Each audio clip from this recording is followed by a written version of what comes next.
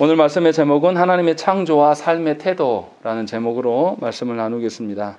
우리가 지난 시간에 교회 안에는 공적 신앙 고백이 있고 그 신앙 고백이 우리의 믿는 바를 나타낸다라는 것을 배웠습니다. 이것이 왜 중요하냐라고 이야기했을 때 우리의 구원의 성취와 적용이 바로 예수 그리스도께 있다는 거죠. 먼저 우리가 생각해야 될 게 하나님께서 우리를 창조하신 우리들에게 하나님의 계명을 지킬 의무가 있습니다. 그런데 이 의무에 져버렸어요. 그래서 의무를 저버림에 대한 하나님의 진노, 의무와 하나님 앞에서의 진노, 이 두 가지 모두를 우리가 감당해야 되는데 인류 중에 어느 누구도 우리 스스로 그것을 감당할 수 있는 사람이 없습니다. 그래서 성부께서는 예수를 통하여서 우리가 감당해야 될 그 하나님 앞에서의 능동적 순종과 수동적 순종을 다 감당케 하셨습니다. 그래서 우리의 구원이 성취되었고 성취되어진 그 구원이, 그 믿음이 우리에게 적용되어지는 것은 성령 하나님의 사역임을 우리가 배웠습니다. 그래서 믿음이라는 것은 내가 결정해서 믿는 것이 아니라 삼위 하나님의 사역이 나에게 적용되어짐으로 말미암아서 발현되는 것이다. 그렇기 때문에 모든 언약 백성의 믿는 바는 삼위 하나님과 삼위 하나님의 행하신 바를 믿는 것이지 우리의 어떠함과 우리의 가능성을 믿는 것이 아니다라는 것을 말씀을 드렸습니다. 그래서 우리의 사도신경, 예배의 첫 서두에 나오는 사도신경의 내용은 삼위 하나님에 대한 공교회적인 신앙 고백이라고 말씀할 수 있습니다. 그래서 모든 성도들은 그 삼위 하나님 안에서 믿는 바를 이야기하고 소망하는 바를 말할 수 있고 또 우리가 어디를 향해 가는가 역시도 삼위 하나님 앞에서 물을 수가 있는 것입니다. 그래서 모든 교회의 성도들은 반드시 성부와 성자와 성령의 이름으로 세례를 받고 언약 공동체의 회원의 일원이 되는 것입니다. 그런데 이제 안타까운 것은 우리가 그 절차를 겪었음에도 불구하고 삼위 하나님에 대한 이해가 매우 부족해요. 믿는 것까지도 우리가 믿는 거라고 생각하고 우리가 살아가는 토대 위에서의 가능성을 믿음이라고 말하는 분들이 참 많아요. 그래서 교회가 복 이야기하면 하나님이 말씀하시는 하나님 나라의 복을 생각하는 게 아니라 자기가 이렇게 추정하는 자기가 얻고자 하는 것을 복이라고 얘는 사실 이제 그분은 구원을 못 누린 거죠. 구원의 의미를 모르는 것이죠. 그래서 우리는 오전에도 설교했다시피 하나님을 우리가 상상하거나 우리가 기대하는 것을 하나님이라 말해서는 곤란합니다. 그렇게 할 수가 없다라는 거죠. 이것은 하나님을 섬김이 아니요 자기를 섬기는 것이다. 그렇기 때문에 모든 믿는 자는 삼위 하나님을 알되 삼위 하나님께서 계시하신 바, 계시하여 주신 성경을 통해서만 하나님을 아는 것이고 그것이 하나님을 바르게 아는 것이다 라는 것입니다. 그래서 성경에서는 뭐라고 하나님을 계시해 주시냐, 한 본질 안에 새 위격이 계시다 라는 것을 우리에게 말씀해 주시고 삼위 하나님은 본질상 한 분이시지만 새 위격으로 구별되시고 동등하신 분이시다 라는 것을 성경이 이야기를 합니다. 그래서 성경은 하나님의 일하심, 하나님의 속성에 대해서 우리에게 계시하여 주십니다. 그렇기 때문에 우리는 성경을 통해서 그 하나님을 알아가는 거예요. 그러니까 오늘부터 우리가 이제 해야 될 게 뭐냐면 이제 사도신경에 대한 강의를 해 나갈 것입니다. 하이델베르그 구조가 그렇게 되어 있습니다. 그래서 먼저 사도신경은 세 부분으로 되어 있지 않습니까? 성삼위, 성부 하나님과의 하나님 그리고 우리의 창조에 대해서 먼저 이야기를 하고 두 번째 성자 예수님과 성자 하나님과 우리의 구원에 대해서 이야기를 하고 세 번째는 성령 하나님과 우리의 성화됨에 대해서 이야기를 합니다. 그렇게 우리가 예배 첫 소두에 고백을 한 것이에요. 그래서 오늘과 다음 주에는 성부 하나님이 우리를 창조하심의 의미가 우리가 도대체 어떤 것인가 라는 것을 이제 이야기를 한다는 것입니다. 그래서 26문에 보시면 이렇게 되어 있어요. 질문에 보시면 전능하신 성부 하나님 천지의 창조주를 나는 믿사오며 이렇게 하게 된 것이죠. 원래 사도신경이 우리가 암송하는 방식은 우리가 그렇게 번역을 해놓은 것이고요. 원래는 뭐냐면 나는 무엇을 믿습니다 이런 구조예요. 그때 그 처음이 전능하신 성부 하나님 또 천지의 창조주를 내가 믿는다 라고 고백하는 그 부분입니다. 그 부분에 대한 해설이에요. 그러면 이제 성경에서 하나님께서 창조에 대해서 어떻게 이야기하시는가라는 것을 생각을 해봐야 됩니다. 우리가 다 배워서 다시 복습하는 기분으로 들으셔도 됩니다. 다 배웠던 것들이에요. 성경의 창조의 기사는 어디에 나와 있습니까? 창세기에 나와 있어요. 근데 이 창세기가 말하고자 하는 창조가 어떤 의미인가를 우리가 알아야 돼요. 먼저 제일 처음에 창세기 1장 1절 말씀에 태초에 하나님이 천지를 창조하십니다 라고 이야기를 해요. 그런데 여기에 굉장히 많은 의미가 있습니다. 먼저 첫 번째로 기억할 것은 하나님의 창조는 보여지는 물질의 세계만이 아니다. 하나님께서는 시간도 창조하셨다. 그래서 하나님이 창조하셨기 때문에 태초가 있는 것이고, 분명히 시간 속에 존재하는 우리는 하나님이 영원 전에 계시다라는 의미를 잘 이해할 수 없어요. 우리의 어떤 것으로는 이해할 수가 없어요. 왜냐하면 우리는 시간에 갇혀있는 존재지 않습니까? 시간을 우리가 거슬러 올라가거나 더 빠르게 가거나 이럴 수 없거든요. 그런 존재이기 때문에 분명하게 하나님께서 이 시간을 창조하셨고, 하나님이 처음 창조가 시작될 때 시간이 시작되었다. 그리고 그 전이라는 표현도 이상하긴 하지만 그 영혼에 대해서는 우리는 이제 하나님 말씀하시지 않으니까 알 수 없는 것이죠. 그래서 하나님이 시간을 창조하셨다. 시간을 창조하셨으면 우리를 초월하신 분이다 라는 의미로 이제 받아들여야 되고, 두 번째로 하나님께서 천지를 창조하셨다라고 했을 때 창세기 강해 설교할 때 말씀을 드렸습니다. 여기에서 천지, 하늘과 땅은, 여기서 하늘은 지금 보여지는 저 새파란 하늘을 말하지 않는다고 말씀드렸어요. 여기서 하늘은 보이지 않는 영원한 세계, 하나님 나라에 대한 그런 세계를 말하는 것이고, 여기서 땅은 보여지는 우리의 물리적인 세계를 말하는 것이다 라고 말씀을 드렸습니다. 그래서 하나님께서는 영적인 세계와 육적인 세계 모두를 창조하신 분이다 라고 이야기를 하고 있는 거죠. 그러면 창조 기사에서는 영적인 세계에 대한 이야기는 하지 않아요. 처음만 딱 밝히고 그 다음부터 뭡니까?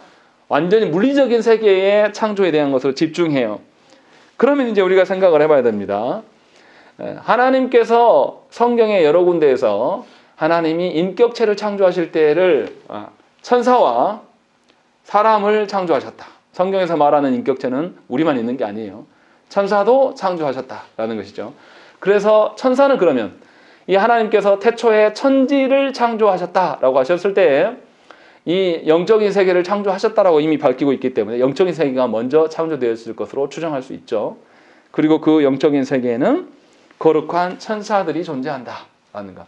그런데 천사들의 존재 방식은 약간 달라요. 우리와는 약간 다릅니다. 하나님께서 우리는 어떻게 존재하게 하셨습니까? 첫사람 아담과 하와를 통하여서 생육하고 번성함으로 말미암아 수요가 늘어나도록 이러한 존재 방식을 하나님께서 만드셨어요. 그런데 천사는 그렇게 창조하시지 않았습니다. 처음 창조하셨을 때부터 그 수요가 딱 정해져 있어요. 천사는 왜 그러냐면 천사가 영적인 존재입니까? 육적인 존재입니까? 영적인 존재죠. 그러니까 육신이 없어요. 우리처럼. 그러니까 천사는 부모 자식 이런 거 없어요. 그냥 하나님께서 처음에 영적인 존재로 하나님을 수종되게끔 창조하셨기 때문에 딱 그 수요대로 있는 겁니다. 더 이상 불어나거나 줄거나 이러지 않아요. 인격적인 존재긴 하지만 우리랑 다른 것이죠. 그렇게 하나님께서 창조하셔서 하나님의 어떠하심을 말씀하는 거죠. 성경에 그 기록이 있어요. 시편 33편 6절의 말씀에 뭐라고 했냐면 여호와의 말씀으로 하늘이 지음이 되었으며 그 만상을 그의 입 기운으로 이루었도다 라고 되어 있는 것입니다. 하나님께서 이렇게 성자를 통해서 창조하심을 성경은 분명히 기록하고 있고, 그러니까 하나님의 말씀으로 창조하셨다는 것은 성자 예수께서 함께 창조하심을 이야기하면서 무에서 유로 창조하셨다라는 것들을 우리에게 알려주고 있다는 것입니다. 지금 제가 창조의 특징들을 계속 나열하고 있어요. 어떤 것인가. 자, 그래서 하나님께서 이 천사를 두게 하셨는데요. 물리적인 세계가 아니라 영적인 세계로 창조하신 것으로 보입니다. 이 증거는 욥기서 38장 6절과 7절 말씀에 뭐라고 되어 있냐면, 그것의 주추는 무엇 위에 세웠으며 그 모퉁이 돌을 누가 놓았느냐. 그때 새벽별들이 기뻐 노래하며 하나님의 아들들이 다 기뻐 소리를 질렀느니라 라고 되어 있습니다. 여기서 하나님의 아들들이라는 것은 천사들이죠. 하나님께서 처음 창조하실 때 주춧돌을 놓고 뭔가를 이렇게 건축하는 것처럼 그렇게 묘사할 때, 그래 창조하실 때에 천사들이 뭐 했냐? 그 하나님을 찬양했다라는 것이죠. 그러니까 하나님께서 영적인 세계를 먼저 창조하시고 그리고 물리적인 세계를 창조해 나아가실 때에 이 천사들이 하나님을 찬양했다라고 되는 것이죠. 그러니까 천사들이 존재하는 것은 하나님을 수종들고 하나님을 찬양하기 위하여서 하나님께서 두신 것이죠. 그러면 이제 우리는 천사를 어떻게 봐야 되냐? 이게 중요한 거죠. 세상 사람들은 천사를 어떻게 봅니까? 우리보다 더 월등한 존재, 우리보다 더 나은 존재로 봐서 천사를 숭배합니다. 그런데 성경에서는 그렇게 말하지 않아요. 아까 말씀드린 것처럼 천사들은 육신이 없어요. 영적인 존재이기 때문에 생육하고 번성할 수가 없습니다. 자녀를 낳거나 이렇게 할 수가 없는 것이죠. 하나님께서 처음 창조하신 그 수요대로 존재하는 그런 존재들이죠. 그래서 천사들은 하나님의 형상대로 창조되지 않았습니다. 하나님께서 하나님의 형상으로 창조되게 하신 것은 우리만이에요. 사람만이죠. 그리고 그래서 하나님께서 구속해 하시는 대상이 천사가 아니라 우리입니다. 천사는 한번 타락하면 타락한 존재로 남아있어요. 다시 회복시키고 이런 거 없습니다. 하나님께서. 그래서 분명하게 우리를 구속하시는 분은, 우리 구속의 어떠함을 말하는 것은 인간에게만 주어진 것이고, 천사는 하나님의 수종드는 자. 그러니까 우리에게는 어떻습니까? 하나님의 자녀가 되는 특권을 주시지만 천사는 하나님의 종으로 창조하셨습니다. 그래서 자녀와 종 중에서 누가 더 하나님의 사랑을 받습니까? 당연히 자녀인 것이죠. 그럼 종은 자녀를 어떻게 돼야 됩니까? 종은 자녀를 섬겨야 돼요. 주인의 자녀이기 때문에. 그래서 성경에서 뭐라고 합니까? 천사는 사람보다 조금 못한 존재로 두셨다라고 이렇게 말씀하는 것입니다. 그러니까 천사는 하나님 앞에서 종이고 우리는 하나님 자녀란 말이에요. 그러니까 사람 된 우리가, 언약 백성인 우리가 천사를 숭배하면 이게 맞습니까? 이상한 짓인 거예요. 그래서 로마 교회가 욕먹는 겁니다. 로마 교회는 천사를 숭배해요.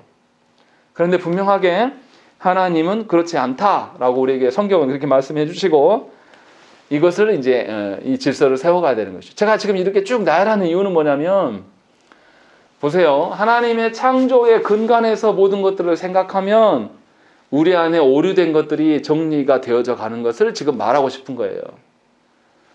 우리가 흔히 아는 천사가 어떻게 나에게 임하면 하나님이 보내셨기 때문에 그 천사의 메시지가 중요한 것이지 천사 자체가 어떠한 것은 아니에요. 천사는 하나님을 섬기도록 있는 존재, 사람을 섬기도록 있는 존재일 뿐인 거죠. 이러한 창조로부터 생각하지 않는 생각들을 갖게 되면 사람이 영적인 존재에 대해서 모두 다 두려워하는 것이죠. 여러분들 귀신 무서워하는 것도 똑같은 거예요. 귀신이라는 것은 이제 더 이어서 설명을 하겠지만 천사 중에 하나님의 창조하신 목적대로 서지 않는 자들이 있어요. 이렇게 해서 하나님의 거기서 타락하게 된 자. 그래서 이들이 악한 영이 되어서 마귀와 사탄이 된 것이죠. 이렇게 악한 자들이 하나님을 떠나 있습니다. 그리고 그 잔당들이 귀신인 거예요. 그러면 우리가 천사나 사탄이나 그 능력의 면에서는 똑같습니다. 하나님이 창조하신 것 이외에 더 이상을 발휘할 수가 없어요. 더더구나 사탄도 원래 천사였죠. 그러면 하나님께서 우리를 섬기도록 우리보다 못한 존재로 창조하셨다라는 것이 성경의 입장이에요. 그러면 우리가 천사를 어떻게 해야 됩니까? 귀신을 어떻게 해야 됩니까? 두려워할 이유가 하나도 없는 거죠. 창조로부터 생각한다면 이 질서들은 그냥 다 잡히는 거죠. 그런데 이상한 일들이 벌어집니다. 예수 믿는 사람들 중에서도 귀신을 굉장히 무서워해요. 그리고 무속을 쫓아다닙니다. 그러지 않습니까? 이렇게 우리나라가 세계에 제8위 되는 선진국이다 라는 그 반열에까지 올라왔는데 우리는 무속을 엄청 좋아해요. 그리고 무속이 역대 대통령들하고 계속 관계되어 있어요. 박정희 씨 때도 최태민이라는 무당이 관련되어 있었고 박근혜 씨도 최태민의 딸이 최순실이죠. 무당쟁이들 이렇게 연결되어 있고 지금 대통령 후보 나온 사람도 무당과 연결되어 있고 근데 이게 뭐냐면 하나님을 알지 못함의 특성이에요. 그런데 그들만 그러냐? 그렇잖아요. 교회에 있는 자들도 하나님의 창조와 상관없는 자기 생각으로 이해하기 때문에 귀신을 두려워하는 거예요. 천사를 숭배하는 일이 일어나는. 이것이 교회 역사 가운데 있었다. 늘 있었다라는 거죠. 그래서 제가 여러분들 드리고 싶은 이야기는 우리가 사고하고 생각하는 모든 기반들은 하나님이 창조하신 것에서부터 모든 것이 시작돼야 된다는 거예요. 그렇지 아니하면 오류가 있고 우리가 섬김 받아야 될 존재들을 도리어 우리가 어떻게 합니까? 섬기고 거기에 매여서 끌려다니는 구조가 될 수밖에 없다라는 것입니다. 그러니까 그 점을 지금 말하고 싶은 거예요. 하나님의 창조 기사를 통해서 면밀히 살피면서 창조가 이런 원리가 있고 이것이기 때문에 우리가 어느 자리에 있는구나 라는 것을 저와 여러분들이 바르게 배워야 된다는 것입니다. 자, 그러면 성경에서 창조를 말씀하시는 그 특징이 무엇인가 라는 것을 좀 더 살펴야 됩니다. 성경이 계시하는 하나님의 창조는 주로 물리적인 세계에 대해서 기록을 하고 있습니다. 그래서 처음 어떻게 이야기하냐면 하나님께서 창조하시기 전에 땅은 혼돈하고 공허하다. 아직 형태를 갖추지 못한 것이다. 라고 이렇게 성경은 말씀해요. 그리고 나서 하나님께서 그 공간을 구분지어 내시고 공간을 채워가는 방식으로 창조 기사를 기록하고 있습니다. 그리고 가장 중요한 7째 날에 하나님께서 안식하셔서 모든 피조 세계가 하나님의 안에서 안식되어짐을 다시 확인받으면서 하나님의 질서대로 기동할 수가 있다. 이것이 복이 된다라는 것을 성경은 이야기를 하고 있는 것입니다. 그러니까 무슨 말 하고 싶은 거예요? 우리는 창조 기사를 보면서 뭘 알고 싶어 합니까? 만물의 시작이, 만물의 기원이 어떻게 됐는가 알고 싶어 해요. 그런데 성경은 그거 말하지 않는단 말이에요. 왜냐하면 하나님이 창조하시는 영적인 세계에 대한 언급은 그냥 한 글자로 딱 지나가 버려요. 그리고 나서 하나님의 물리적인 세계를 이야기하는데 물리적인 세계의 질서가 하나님께서 잡아놓은 것이다. 요 이야기를 하고 있는 거예요. 그러니까 우리가 창조 기사를 통하여서 성경이 창조 기사를 통하여서 우리에게 알리고자 하는 것은 무엇일까요? 만물의 근원이나 기원을 말하고 싶은 것이 아니라 하나님을 알게 하고 싶고 하나님이 모든 것의 질서가 되시기 때문에 하나님을 계시하려고 창조 기사를 쓰고 있는 거예요. 그런데 너무나 안타깝게도 이 창조 기사를 바라보는 교회 성도들의 질문은 다 뭐냐면 하나님을 알고자 하는 질문이 아니라 어떤 식의 질문이냐면 과학적인 도대체 만물의 기원이 뭐냐? 라는 식으로 접근해 들어온단 말이죠. 그러니 이 창조 기사가 원래 말하는 하나님이 계시하신 바와 상관없는 계속 논의를 펴는 거예요. 그것이 창조과학이에요. 자꾸만 창조를 과학으로 어떻게 설명이 됩니까? 과학적으로 진화론 한번 이야기해 볼까요? 진화론에서 말하는 처음에 진화론에서 어땠습니까? 모든 생물체가 우연이라고 이야기를 해요. 우연히 물질이 있고 전기 자극에 의하여서 어떤 생물이 태어났다. 그러면 그때 그랬으면 지금도 있어야 될 거 아닙니까? 없거든요, 지금은. 그리고 진화의 단계에서도 무엇이 진화해서 이렇게 되어졌다. 중간 단계 과정을 설명 못 합니다, 과학에서도. 그냥 이랬을 것 같다라고 추정하는 그냥 추정치예요. 그런데 사람들은 뭐냐면 과학은 굉장히 합리적이고 진리라고 믿어요. 그것을 토대로 하나님을 향한 도전을 갖고 있습니다. 사실은 과학으로도 모든 것의 기원을 설명할 수가 없어요. 그런데 참 아이러니한 것은 뭐냐면 그 과학으로 성경 앞에 나와서 모든 것의 기원을 증명해 주세요. 이렇게 질문을 한단 말이에요. 목적 자체가 틀려 있다는 거죠. 제가 말씀드리는 것은. 과학도 신앙이고 우리가 믿는 믿음도 신앙이에요. 제가 무슨 말 하려고 하냐면 과학도 입증되지 않는 것은 그냥 믿고 시작하는 겁니다. 진화론이 맞습니까? 그거 누구도 입증하지 못했거든요. 그런데 입증했다고 믿어요, 세상 사람들은. 그래서 과학적인, 물리적인 어떤 과학의 영역에서만 이 진화론을 믿는 게 아니라 사회과학의 측면에서도 진화론을 믿는단 말이에요. 그래서 어떻게 하냐면 진화론 믿는 자들은 굉장히 긍정적입니다. 네. 과학에서는 항상 진화의 입장에 서 있기 때문에 정반합의 원리예요. 좋은 것이 되든지 나쁜 것이 되든지 자연은 계속 작용하면서 결국에는 뭐가 주를 이룬다? 좋은 것이 주종을 이룬다는 생각을 갖고 있어요. 그래서 진화론자들은 뭔가 계속 부딪히고 하면 결국은 좋아진다는 쪽으로 생각하는 거예요. 긍정의 힘이 사실 진화론과 연결되어 있는 것이죠. 그런 논리인 거예요. 그런데 성경에서 그렇게 말씀하지 않아요. 하나님이 계시기 때문에 그 창조주 하나님 앞에서 생각해야 된다라는 것을 토대로 이야기를 하고 있는 것입니다. 제가 지금 무슨 말씀하려고 지금 계속 이렇게 하는 거냐면, 하나님을, 창조주 하나님에 대한 우리의 시각이 바뀌지 않는 이상은 그 사람의 삶의 태도가 바뀔 수 없다라고 지금 제가 말씀드리고 싶은 거예요. 하나님이 창조하셨음을 인정하지 않고서는 여러분들의 삶의 기반이 돌아설 수가 없어요. 왜냐하면 우리는 과학에 능하고 우리의 경험에 능한 자들이거든요. 그래서 모든 것을 토대로 대통령 누가 당선될 것입니까? 라는 것도 뭘 근거로 이야기합니까?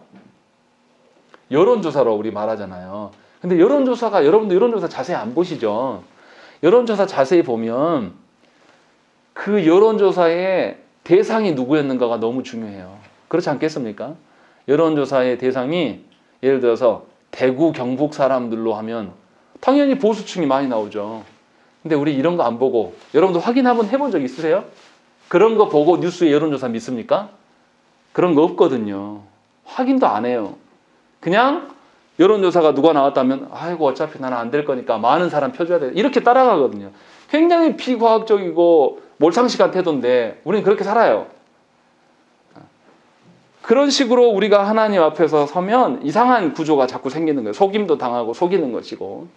그래서 분명하게 하나님이 말씀하시는 것에 근거하여서 우리의 삶의 토대를 잡아야 돼요. 그래서 하나님이 계시하신 바에 우리가 마음을 둬야 되는 것이 지금 창조의 어떤 것이다 라는 것을 이야기를 하고 있는 거죠. 그래서 자, 그러면 이제 하나님의 입장에서 이제 생각을 해봐야 됩니다. 하나님께서 우리의 창조주가 되신다. 그리고 안식일 날 쉬심으로 말미암아서 안식하면서 모든 만물들이 기동할 수 있게끔 된다라고 하나님께서 말씀하셨어요. 그러면 만물은 다 하나님께 복종하는 방식으로 기동할 수밖에 없어요. 그렇지 않겠습니까? 그것이 하나님의 창조 원리이기 때문에. 그래서 하이델베르그 요르민답에서는 뭐라고 하냐면 성자로 인하여 성부께서 우리의 아버지가 되심을 고백하게 한다, 이 이야기를 하고 있는 겁니다. 모든 창조 기사는 성자를 통해서만 알 수 있고 그 하나님을 아는, 성자를 통하여서 구원받은 백성들이 하나님이 우리의 아버지 되시고 창조주 되심을 이제 알게 하고 있다라고 이야기를 하는 것이죠. 왜냐하면 성자 예수께서 우리에게 구속을 적용해 주시기 때문에 우리가 하나님을 알게 되었고, 그 하나님을 다시 보니 그냥 창조주가 아니라 나와 연계되어 있는 아버지 되셨다라는 것을 알게 된다는 거예요. 그래서 아까 말했던 우리는 하나님의 자녀이고 천사는 하나님의 종이다라는 것까지 토대를 마련할 수가 있다라는 것을 이야기를 하고 있는 것이죠. 그래서 우리의 아버지 되신 그분이 창조주시고 그 아버지 되시는 분이 모든 만물을 다스리시는데 보존하고 지켜주심으로 말미암아서 모든 피조세계가 돌아가게 된다는 거죠. 그렇기 때문에 모든 언약 백성의 삶의 태도는 하나님의 손에 우리가 붙들려 있고 하나님의 손에 뜻대로 되어진다라는 신뢰가 전제되어 있는 것입니다. 그러나 하나님을 알지 못하는 불신자들은 하나님을 상정하지 않기 때문에 자신의 손 안에서 자신이 기대하는 바와 자신의 가능성을 계속 계산할 수밖에 없어요. 그것을 근거로 살아갈 수밖에, 이런 차이가 생겨난다는 거죠. 하나님을 아는 자, 하나님의 창조주 되심을 아는 자와 그렇지 않음이 계속 이렇게 벌어질 수밖에 없는 것입니다. 그래서 성도된 자들이 불신자들과 전혀 다른 삶을 살아갈 수밖에 없는 것입니다. 이 말은 뭐냐면 모든 성도가 고통도 괴로움도 없이 산다, 이 뜻이 아니에요. 모든 성도도 똑같이 하나님께서 주시는 삶을 살아가기 때문에 인생의 고난과 고통도 있다라는 거예요. 비가 내리면, 해가 비치면 예수 믿는 집은 더 환하게 비치고 예수 안 믿는 집은 덜 비치고 이러지 않잖아요. 다 동일하게. 옆집이 비가 오면 우리도 비 오고 옆집이 눈이 오면 우리도 눈 오지 않습니까? 그런 것처럼 하나님께서 우리의 인생의 고통, 괴로움을 다 주시는 분은 맞아요. 그런데 문제는 뭐냐면 그 고통과 괴로움을 대하는 우리의 태도가 다를 수밖에 없다는 것입니다. 생각을 해보세요. 나와 아무런 관련이 없는 사람이 와서 나에게 훈계하고 하면 우리 듣습니까? 당신이 뭔데 내 일에 관심 와요? 이렇게 이야기한단 말이죠. 그런데 우리의 부모가 와가지고 와서 이야기하면 어때요? 부모님이 말하는 게 내 생각에 다 맞지 않아도 그 앞에서 어떻게 해요? 듣고라도 있어요. 태도가 다르다는 거죠. 이것을 우리에게 적용하면 이런 겁니다. 하나님께서 주시는 인생의 어떠함이 내 뜻대로 되어지지 않는 것은 나만 그런 게 아니라 불신자들도 다 그런 거예요. 그런데 우리는 거기에 조금 더 여지가 있는 거예요. 우리의 아버지 되신 분이 이 모든 것을 운행해 가신다라는 것을 전제하고 있기 때문에 우리는 극단적인 절망이 없어요. 괴로움과 아픔은 있겠지만 극단적으로 이것이 모든 것이 끝이다 라고 생각할 수가 없다라는 것입니다. 이러한 하나님의 창조주 되심에 대한 믿음이 없기 때문에 예수 믿는 사람 중에서 극단적인 선택을 향해 가는 거예요. 그분들을 정죄하려고 이 말을 하는 게 아니에요. 그분들이 얼마나 괴로웠고 아파서 제가 몰라요. 그러나 하나님을 아는 지식이 있다라면 거기에서 다른 여지가 생겨난다는 거예요. 다른 여지로 바라볼 수 있다는 것이죠. 그렇기 때문에 우리 자신을 돌아봐야 됩니다. 인생 가운데 내 뜻대로 되어지지 않는 일들은 많습니다. 그런 일이 일어날 때 나의 태도가 어떠한지를 점검하셔야 돼요. 저도 인생에서 괴로움이 있고 인생에서 요 일이 안 돼서 요 일이 실패로 돌아가니 나는 끝난 인생이고 나는 버린 인생이다라고 생각할 때가 있었어요. 지금 돌아와서 생각해보면 그때 제가 하나님이 창조주 되시고 그 하나님이 내 아버지 되심을 부인했던 거예요. 그래서 인생이 끝났다라고 생각을 한 겁니다. 근데 웃기는 거 아닙니까? 살아가다 보면 그 작은 일이 내 뜻대로 안 될 수도 있어요. 꼭 이렇게 살아는 법이 없어요. 이렇게 안 살아도 사라지거든요. 놀랍도록. 그래서 분명히 저와 여러분들이 하나님이 창조주 되시고 창조주 되신 그 하나님의 토대대로 모든 것이 이루어져 간다라는 그 믿음이 우리 안에 다 기저에 있어야 돼요. 우리 자녀들에게도. 이거 가르치는 게 너무 중요한 겁니다. 이것이 있으면 절망하지 않아요. 항상 소망을 발견하게 되고 내가 본 것만이 전부라고 말하지 않습니다. 제가 안타깝게 생각하는 것은 저도 그랬어요. 저도 젊었을 때에 누군가가 무엇인가를 제시를 해주면 제 입장에서만 항상 생각을 했지 더 큰 영역에서 그것을 바라보고 조망할 수 있는 눈이 없었어요. 그래서 교만해서 누구 말 안 들어요. 근데 미안하지만 우리가 인생을 살아보면 모든 여지를 두고 가능성을 열어놓고 살아가는 사람들이 훨씬 더 기회가 많습니다. 그렇지 않습니까? 하나님은 이미 저 같은 경우에는 하나님이 이미 그런 것을 알게 하시려고 믿음의 과정에서 자라게 하시고 말씀을 주셨어요. 근데 제가 교만해서 안 들은 거죠. 내가 제일 잘났다. 내 계획이 최고다. 근데 이 계획이 틀어졌어요. 그러니까 절망하고 좌절하고 눈물의 골짜기를 오랫동안 거기서 머물면서 하나님 그거 아니다. 그거 아니어도 너 살 수 있어. 나와.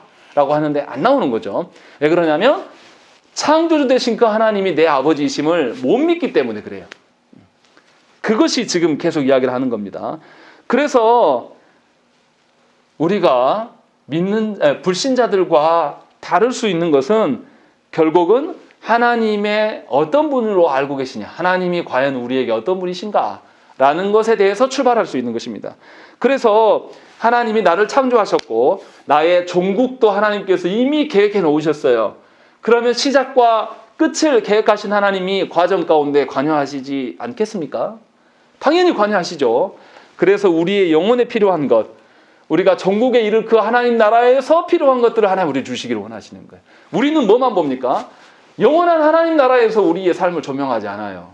어떤 식이냐면 내가 결정하고 내가 이미 상정해 놓은 것의 필요를 말해요. 규원이한테 설명하면 규원이가 저한테 와서 그러더라고요. 아빠 이제 내가 지금 너무 새로운 놀이가 필요하다. 너무 다 했던 거라 힘들다. 그러니까 제가 그랬어요. 너 뭐가 필요하냐? 새로운 게임을 핸드폰에 깔고 싶어요. 그래서 제가 그냥 두말 없이 깔아라 라고 이야기했어요. 왜냐하면 그 아이한테는 그게 최고 좋은 거거든요. 그런데 조금만 더 인생을 넓게 볼 수 있으면 그 게임이 얼마나 허망한 것인가. 제가 어렸을 때 제가 초등학생 때 갤러그 했던 것이 그 갤러그 지금 주면 제가 합니까? 이렇게 유치한 게 없어요. 안 한단 말이에요. 그냥 갤러그를 보면 그냥 추억을 소환하는 그냥 그 정도뿐이지 그거 하지 않아요. 그런 것처럼 그 아이가 볼 수 있는 영역은 딱 거기까지. 그런데 하나님께서는 우리를 그 창조주 되신 하나님이 창조의 역사를 통하여서 우리의 모든 것을 보여주고 있는 겁니다. 그러니까 그 시각으로 볼 수 있는 것이 참 은혜예요. 그렇기 때문에 우리는 불신자들이 보지 못하는 소망을 하나님으로부터 찾는 겁니다. 보여지는 여기 세계에서 계산되는 것은 계산 안 돼요. 우리 인생 중에 인생을 계산해가지고 거기에 소망 찾을 수 있는 사람 있습니까? 없어요. 우리 다 추정치잖아요. 뭔 일이 잘 안 됐어요. 우리 안 되면 우리 흔히 믿는 자들이 뭐라고 합니까? 야, 하나님이 이거 훈련시키는 과정이야. 그러면 그 안 된 사람 입장에서 그 훈련시키는 과정이다 라는 소리 듣고 아멘 훈련입니다 이런 사람 있습니까? 다 속으로 그래요. 아, 네가 해봐라 훈련인가. 나는 힘들어 죽겠는데. 다 이거 우리끼리 추정해서 하는 말이거든요. 하나님께 물어야 돼요, 사실은. 하나님께서 물으시면 하나님이 거부감 없이 깨닫게 하시고 새로운 것을 보게 하신단 말이죠. 근데 우리는 그렇게 안 해요. 다 뭐냐면 우리끼리 그냥 추정하고 위로될 것을 막 찾아 헤매요. 이것은 하나님을 창조주 되신 분으로 우리가 인정하지 못한 태도라는 것이 지금 계속 하는 얘기가 똑같은 이야기를 하는 겁니다. 무슨 말씀 이해되실 줄 믿어요. 그래서 하나님께서 창조하셨고 하나님께서 창조하신 것들을 다스리시고 보존하시는 섭리의 하나님을 아는 것이 너무 중요해요. 하나님께서 분명히 다스려 가신다는 거. 그래서 이것을 알면 성도들이 무엇에 감격하겠습니까? 하나님께서 우리를 창조하셨고 창조하신 우리를 위하여서 모든 것을 다스려 가신다라는 것을 이제 감사할 수가 있는 거예요. 그래서 우리가 읽었던 본문의 말씀 뭐라고 되어 있습니까? 다시 읽어볼게요. 로마서 8장 28절 말씀 읽겠습니다. 시작.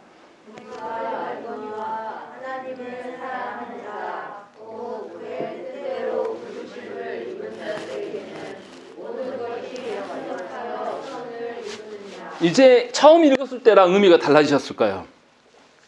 모든 것이 합력하여 선을 이룬다 라는 것이 우리 좋을 대로 취업의 일이, 내 결혼의 일이, 내 어떠한 일들이 잘 돼서 합력하여 선 이거 아니에요.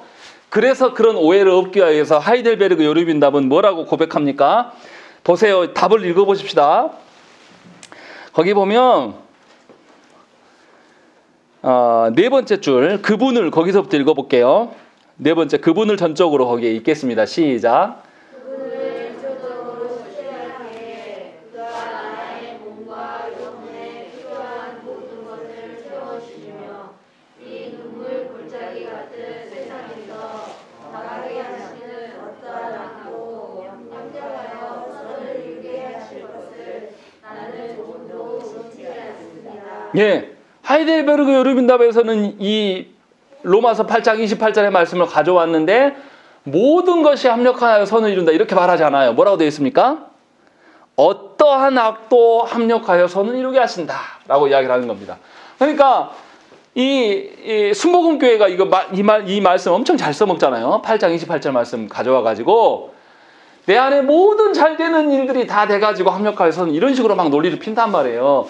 그런데 하이델베르그 연두배에서 뭐라고 하냐면 하나님이 우리를 다스려 가시고 돌보시는데 심지어 내가 고통을 당하고 눈물을 흘리고 괴로워하는 그러한 악들까지라도 어떠한 악까지라도 하나님께서는 다 선으로 바꿔서 이뤄 가실 수 있는 분이다.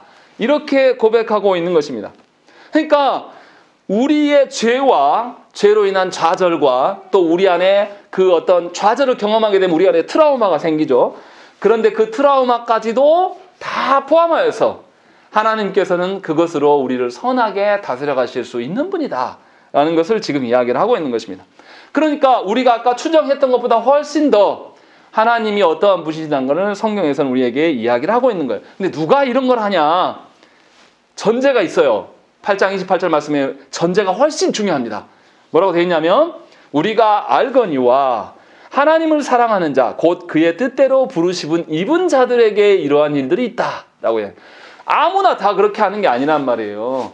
순복음교회에서는 뒷부분만 강조해요. 모든 것이 합력하여 선을 이룬다. 이 말만 하고 싶은 건데 정말 사도 바울이 하고 싶은 이야기는 하나님을 사랑하는 자, 그의 뜻대로 부르심을 입은 자들, 하나님께서 순종을 요구하실 수 있는 그런 자들에게 이러한 일들을 보이신다라고 말씀하고 있다는 것입니다. 왜냐하면 하나님은 선으로 무엇을 이깁니까? 악을 이기시는 하나님이시거든요. 그런 하나님이시니 우리 안에 있는 악이 있더라도 그 악을 하나님께서 선용하실 수 있다라는 것을 지금 계속하고 있는 것입니다. 그러니까 성부 하나님, 또 성부 하나님의 창조하심에 대한 우리가 이해가 조금만 있다라면 우리는 우리의 상황과 처지가 달라져도 또 우리가 원하는 대로 좋게 달라지지 않아도 우리 하나님이 이렇게 우리를 선하게 다스리심에 대한 그 기반이 있기 때문에 그것 안에서 우리 인생에 대한 소망을 볼 수가 있는 것이죠. 달리 말하면 하나님 앞에서 내 상황과 내 처지의 문제에서 기도했는데 하나님이 더 막 안 좋게 하시는 것 같아요. 근데 그것 때문에 절망하는 게 아니라 내가 하나님께 기도할 수 있음에, 내가 기도하시면 하나님은 나를 사랑하셔서 나를 돌보심에 대한 확실한 신뢰가 있기 때문에 내가 소망하고 요동하지 않을 수가 있다는 것입니다. 그래서 헤르만 바빙크는요, 이것을 이렇게 설명했어요. 우리를 창조하고 보존하며 자신의 형상을 따라 재창조하시는 삼위 하나님의 은혜는 자연보다 월등한 것이다. 보여지는 피조 세계보다 월등한 것이고 또한 자연과 모순되지 않는다. 이 하나님의 은혜가 모든 피조 가운데서 중심이 있고 그래서 모든 피조 세계가 삼위 하나님으로 통합되어지는 것을, 그래서 삼위 하나님이 가장 그곳에 높이 계심, 모든 것의 중심이 되어주시는 것을 완전히 밝혀주시는 것이 하나님의 은혜다라고 이야기를 한 거예요.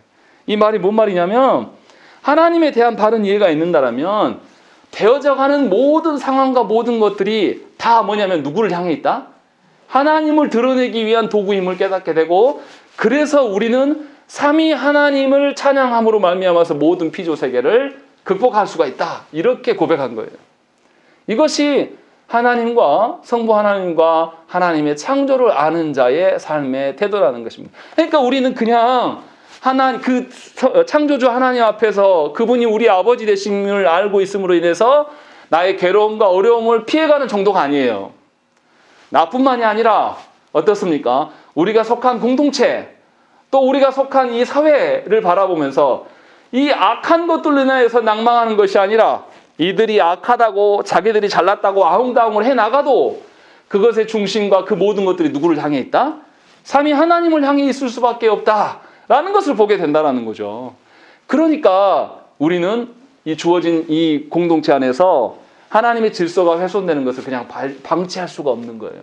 모든 것들이 하나님의 질서 가운데 서게 되는 거예요. 어떤 분들이 저한테 그렇게 이야기해요. 설교 시간에 정치 이야기 좀 안 했으면 좋겠다. 안 해야죠. 제 불찰입니다. 제 불찰입니다. 그런데 또 다른 측면도 있어요. 하나님의 창조하심을 안다라면 모든 영역에 하나님의 공의가 세워져야 하는 게 정상이에요.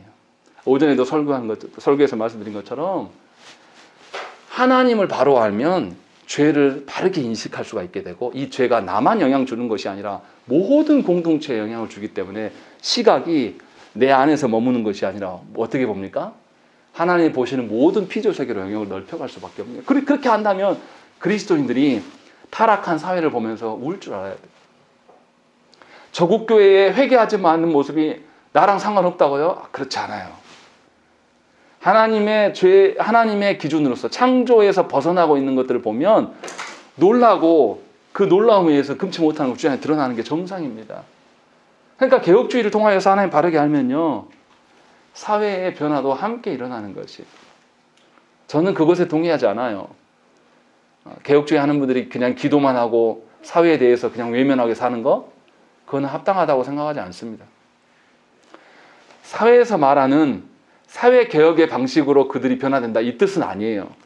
하나님께서 하나님의 공의로 말미암아서 사회개혁 운동하는 사람들의 주장하는 공의보다 월등한 공의를 우리를 통하여서 드러내실 때 한 소망을 갖고 우리의 영역이 이곳만이 아니라 그곳까지 바라볼 수 있는 여지가 우리 안에 있어야 됩니다. 그리스도인들에게. 이것이 하나님이 창조하신 분이시며 창조하신 그분이 그 창조의 영역을 누구에게 맡기셨습니까?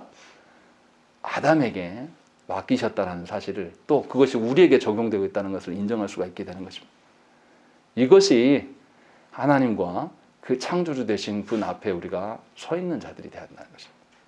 그렇지 않으면 계속 개인 구원 이야기할 것이고 계속해서 내 이야기만 하면 되는 거예요. 왜 목사님 자꾸 정의 이야기하면서 공의 이야기하면서 왜 자꾸 정치 이야기 끌어들입니까?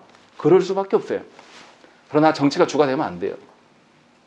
분명하게 저와 여러분들이 이 말씀을 통하여서 다시금 돌아보십시오. 과연 내가 믿는 하나님, 그 하나님이 정말로 창조주 하나님이신가? 내가 그것을 수긍하고 있고 내가 그 하나님의 다스림 가운데 내 인생을 바라보고 있는가? 라는 것을 다시금 여러분들이 하나님 앞에서 물으셔야 됩니다. 그러한 변화가 일어나지 않으면 계속 우리는 뭘로 고민합니까? 하나님이 어떠하심으로 고민하는 게 아니라 이 자연에 매여 살아요. 뉴스가 어제 보니까 뭐 지금 영국에는 시속 197km 되는 태풍이 와가지고 역대급 태풍이 와가지고 고통 중에 있다. 이것이 하나님의 심판이 아닌가 하면서 두려워하는 식으로만 사는 게 아니라 하나님 뭐라고 하셨어요? 하나님께서 무지개 언약을 주면서 뭐라고 했습니까? 다시는 내가 물로 심판하지 않겠다. 보존하시겠다는 약속이잖아요. 그것에서도 소망을 볼 수가 있는 거죠. 그렇지 않겠습니까? 그래서 정말로 내가 하나님의 창조주 되심, 하나님의 섭리대로 모든 것이 되어져 간다. 심지어 어떠한 역경과 악이라도 하나님은 선용하시는 하나님이시다. 라는 것이 여러분들의 삶의 인생의 토대가 되셔야 될 줄로 믿습니다. 함께 기도하겠습니다.